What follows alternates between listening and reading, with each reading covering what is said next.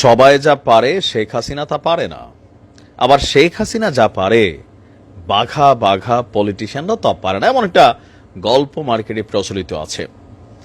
বেশ কয়েকটা mini mini card Sheikh Hasina খেলেছেন, আর এই কার্ডগুলা এতটাই ইফেক্ট তৈরি করেছে, কখনো ফোন কলের কার্ড, কখনো ট্রাম্পের ছবিকে সামনে এনে কার্ড, আবার হঠাৎ করে জিরো পয়েন্টে নেতাকর্মীদের আসার জন্য ফেসবুকে যে প্রচারণা আপনারা দেখেছেন, এটা ছিল আরেকটা ব্লাফ কার্ড, যেটা ইউনূস সরকার গিলে ফেলেছিলেন। সেনাবাহিনী, পুলিশ, সমন্বয়করা, রাজনৈতিক দলের নেতাকর্মীরা সবাইরে কিন্তু ঐক্যবদ্ধ করে দিচ্ছেন।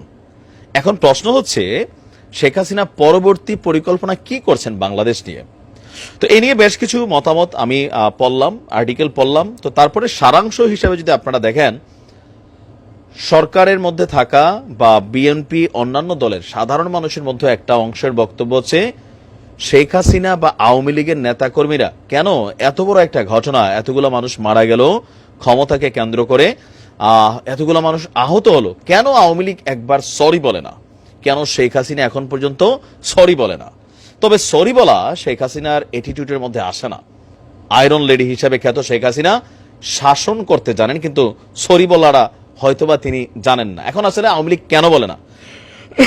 আওয়ামী লীগের ঊর্ধ্বতন পর্যায়ের একাধিক নেতাকর্মীরা তারা বলছে বা তারা মনে করছে, তাদের এই মনে করাটা এই সমন্বয়করা আবার প্রকাশও করে দিছে, বিশেষ করে শিবিরের টিমটা সামনে আসার পরে। সরকার মনে করছিল এতদিন, আওয়ামী লীগ সরকার, যে এটা একটা পরিকল্পনা, সরকার উৎখাতের ষড়যন্ত্র ছিল। কিন্তু আন্দোলনের ওই প্রেক্ষাপটে সাধারণ মানুষ বিশ্বাস করে নাই। কিন্তু এখন যখন একের পর এক টিম সারপ্রাইজ দিচ্ছে, তখন মানুষের মধ্যে একটা টিম কিন্তু বিশ্বাস করা শুরু করছে, ইয়েস, এই আন্দোলনটা কোটা ভিত্তিক আন্দোলন, এটা হচ্ছে নামে মাত্র ছিল, পরিকল্পনা ছিল এক দফা সরকার উৎখাতে। সো আওয়ামী লীগ এখানে সরি বলবে না, কারণ আওয়ামী লীগ মনে করছে এটা আওয়ামী লীগ সরকারকে ক্ষমতা থেকে সরানোর জন্য, সেই পশ্চিমারা হোক, দেশে বিদেশে থাকা নানান শক্তি হোক, তারা সকলে মিলে এই কাজটা করছে, এটা নিয়ে তারা সরি বলবে না। তো এখন আসলে তাহলে পরিকল্পনা কি? এখানে বলা হচ্ছে, আপনার বেশ কয়েকটা আর্টিকেল আমি দেখলাম, যে এখন দেশে বিদেশে আত্মগোপনে থাকা নেতাকর্মীদের মধ্যে যোগাযোগের জন্য একটি নেটওয়ার্ক তৈরি করেছে আপনার আওয়ামী লীগের নেতাকর্মীরা। তৃণমূলে অনেকেই এখন আস্তে আস্তে এলাকায় ফিরতে শুরু করেছেন। কর্মী সমর্থকদের মনোবল চাঙ্গা করতে সর্বশেষ যে কর্মসূচি, সেটার ঘোষণা দিয়েছিলেন, কিন্তু প্ল্যান ছিল কেউই মাঠে ওইভাবে যাবে না, আর 2-4 জন যাবে, যেটাকে নিয়ে আন্তর্জাতিক অঙ্গনে শেখ হাসিনা বলছিল যে ট্রাম্পের ছবিটা রাখবা, ঘটনা হবে, ছবি তুলবা, পাঠাই দিব। এটা কিন্তু সফল হয়েছে। ভারতের মিডিয়া নিউজও করে ফেলছিল যে বাংলাদেশে ট্রাম্পের সমর্থন করায় গ্রেপ্তার। পরে এটা নিয়ে সরকার আবার পাল্টা বিবৃতি দিয়েছে। এখন আসলে আওয়ামী লীগের পরিকল্পনা কি? বড় ধরনের কোনো পরিকল্পনা নাই, মানে সরকার বিরোধী ইউনূস সরকারকে ফেলে দেওয়ার অথবা সরকার হটানোর মতন এত বড় পরিকল্পনা নাই। তবে টেকনিক্যাল কিছু কাজ করবে, যেমন দ্রব্যমূল্য, এই যে ধরেন দ্রব্যমূল্যের দাম, এটা শেখ হাসিনা সরকার সরার পরে অনেকাংশে বৃদ্ধি পেয়েছে। তো এটা একটা কারণ হচ্ছে বন্যা, সিন্ডিকেট আসলে ভাঙতে পারে নাই, আইন শৃঙ্খলা বাহিনীর যে ভূমিকা সেটা সঠিকভাবে এখনো কার্যকর হয়নি। তো এগুলোর কারণে দ্রব্যমূল্য, আইন শৃঙ্খলা নিয়ন্ত্রণ সহ বিভিন্ন যে ইস্যুগুলো আছে, সেই ইস্যুগুলোতে সাধারণ মানুষের মধ্যে যে হতাশা এবং ক্ষোভ কাজ করছে, অসন্তোষ তৈরি হয়েছে, রাজনৈতিকভাবে সরকারকে নিয়ে সমালোচনা শুরু হয়েছে। তো প্রত্যেকটা জিনিসের পেছন থেকে হালকা ইন্ধন যোগানো, কারণ আওয়ামী লীগের ট্যাগ লইয়া ঘুরে হয়তো একটা এলাকায় 15-20 জন যারা পদ পদবি ধারণ করেন, কিন্তু এর বাহিরেও একটা বড় সংখ্যক কমিউনিটি আছে যাদেরকে দেখা আপনি আওয়ামী লীগের নেতাকর্মী চিন্তা করার সুযোগ নেই, অথবা ফেসবুকে বিভিন্ন ধরনের পোস্ট দেওয়া বা অ্যাক্টিভিটিজের মাধ্যমে একটা জনমত গড়ে তোলা, যে ফ্লোটা মার্কেটে ইতিমধ্যেই সেট আপ আছে। বলা হচ্ছে আপাতত আপনার অন্তর্বর্তী সরকার যেন জনসমর্থন হারায় এমন ধরনের ছোটখাটো নানান ইস্যু, অথবা কখনো কখনো ফোন কল ভাইরাল হবে, পাশাপাশি একটা কর্মসূচি ঘোষণা আসবে, সবাই ভয় পেয়ে যাবে, এলোমেলো ছোটাছুটি চলবে, তারপর মাঠে গিয়ে আবার খালি হাতে ফিরে আসবে। আমি বলছিলাম বাঘ এবং রাখালের গল্প, বাঘ আসলো, গ্রামবাসী একত্রিত হয়ে যায়। তো এরকম একটা সময় হয়তোবা সরকার বা আইন শৃঙ্খলা বাহিনী বা রাজনৈতিক দলগুলা আপনার খুব বেশি ভ্যালু দেবে না, তখন হয়তো ভিন্ন রকম কিছু ঘটতে পারে। তবে কেউ কেউ বলছেন যে আওয়ামী লীগ যেভাবে পতন হয়েছে, শেখ হাসিনা তিনি যেভাবে দেশ ছেড়ে পালিয়েছেন, আওয়ামী লীগের নেতাকর্মীরা পর্যন্ত যেইভাবে গণহারে দেশ ছেড়েছেন, সো রাজনীতিতে কামব্যাক করা এটা একটা লম্বা সময়, মিনিমাম 10 বছর। কেন? অন্তর্বর্তী সরকারের মেয়াদটাই কেউ কেউ বলছেন যে আরো 2 থেকে 3 বছর থাকবেন, তারপরে নির্বাচন, তারপরে বিএনপি একটা টার্ম ক্ষমতায় থাকবে, সেই টার্মের পরে হয়তো আওয়ামী লীগ আসবে। ভারতও কিন্তু এরকম প্ল্যান করছে, যেটা আমরা বলছিলাম যে ভারত সরকার আওয়ামী লীগকে পুনর্বাসনের জন্য কি প্ল্যান করছেন।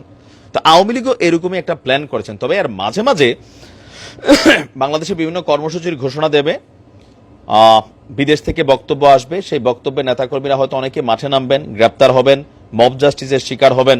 এগুলা নিয়ে তারা তাদের ফেসবুক পেজে প্রচার প্রচারণা চালাবে, যতটা মানে যেমনটা এতদিন বিএনপি বা জামায়াত ইসলাম চালাইতো। তবে জামাতের খেলা আলাদা, তারা একটা হাইলি ট্রেইনড একটা টিম। আমার কাছে মনে হয় যারা আত্মগোপনে থাকুক বা প্রকাশ্যে আসুক, তাদের অ্যাক্টিভিটিসকে আপনি ফলো করতে হবে। তাদের অ্যাক্টিভিটিসের মধ্যে ভেজাল কম। আপনি দেখবেন এই যে 3 মাসে জামাতের যে জনপ্রিয়তা, বিএনপির যে জনপ্রিয়তা, যদি আমি সমান ধরি, শুরু হয়েছিল জামাত এখন এই লেভেলে আছে, বিএনপি এই লেভেলে চলে গেছে। কিভাবে? গেল 3 মাসে আপনি জামাতের নেতাকর্মীদের বিরুদ্ধে সাধারণ মানুষের সাথে কানেক্টেড, সাধারণ মানুষ অসন্তুষ্ট হয় এমন কোন কর্মকাণ্ড আপনি খুঁজে পাবেন না। পাবেন কোথায়?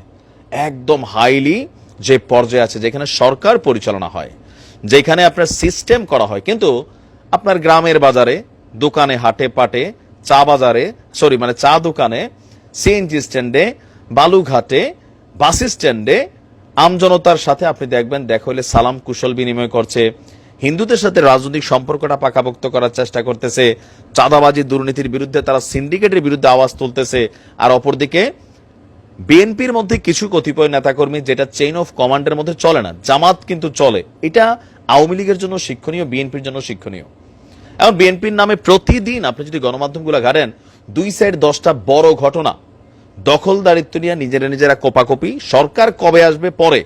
এখনই মনে হয়েছে যে দল ক্ষমতায় চলে আসছে, যদিও দলটির হাইকমান্ড অনেক ট্রাই করছেন চেইন অফ কমান্ডটা ক্রিয়েট করার জন্য, কিন্তু ক্ষমতা ছাড়া পারবে না। কারণ এরা ভাবতেছে তারেক রহমান বিদেশ আছে, এলাকার নেতা আমারে কি করবে, এখন ওনারা তো আর ক্ষমতা নাই, থানায় ফোন দিয়ে আমার গ্রেপ্তার করানো, এরকম কিন্তু একটা টিম আছে, পেটে খাইয়া বাইচে আছে। এই টিমটাই বেসিক্যালি ঝামেলা পাকাচ্ছে বিএনপির জন্য। তো আওয়ামী লীগ অফলাইনে থেকে নানান ধরনের অ্যাক্টিভিটিস করবে, এমন এমন পরিকল্পনা শেখ হাসিনার মাথা থেকে বের হয়। আপনি দেখেন যে নির্বাচন ইস্যু বা গত 16 বছর তিনি যা দেখিয়েছেন, এগুলো এক একটা থেকে এক একটা কিন্তু ইউনিক আইডিয়া। সারা পৃথিবী কিন্তু শিখছে যে কেমনে থাকা লাগে, ট্রাম্প সম্ভবত শিখছিল, তাই না? তো সেখানে অনেক কিছু শিক্ষণীয় ছিল, আবার বর্জনীয় ছিল। এখন আওয়ামী লীগের নেতাকর্মীরা আস্তে আস্তে টক শোতে, বিভিন্ন ইউটিউব চ্যানেলে তারা অ্যাক্টিভ হচ্ছেন, বক্তব্য দিচ্ছেন, আস্তে আস্তে তাদের নেতাকর্মীদের কাছে পৌঁছাচ্ছেন। আবার তাদেরকে মানুষ গালাগালি করতেছে, মব জাস্টিসের শিকার হচ্ছে, সিম্পেথিও পাচ্ছেন। দোদল্যমান একটা অবস্থা। তবে সামথিং, হঠাৎ করে শেখ হাসিনা কোনো সিদ্ধান্ত নিয়ে দেশে চলে আসেন কিনা, সেটা হচ্ছে মেজর ফ্যাক্ট। দেখা যাক কি হয়। ভালো থাকবে।